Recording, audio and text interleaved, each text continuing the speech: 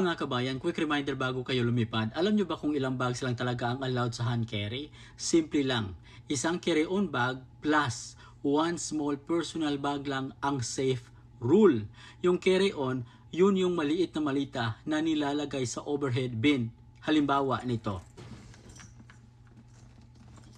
Ito yon. Tapos yung personal bag, pwede yung handbag, laptop bag o maliit na backpack. Dapat kasya sa ilalim ng upuan. Kagaya nito.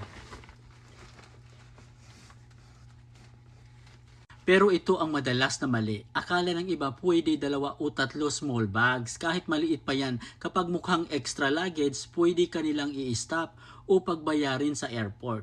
Pro tip, kung ayaw mo ng hassle, stick ka lang sa isang one carry-on na maleta at isang maliit na bag, sling bag or backpack. Iwas sa extra plastic bags. Dito kadalasan nadadali ang mga OFW.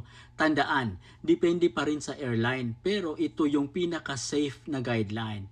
Travel smart, kabayan, para less stress, more ipon.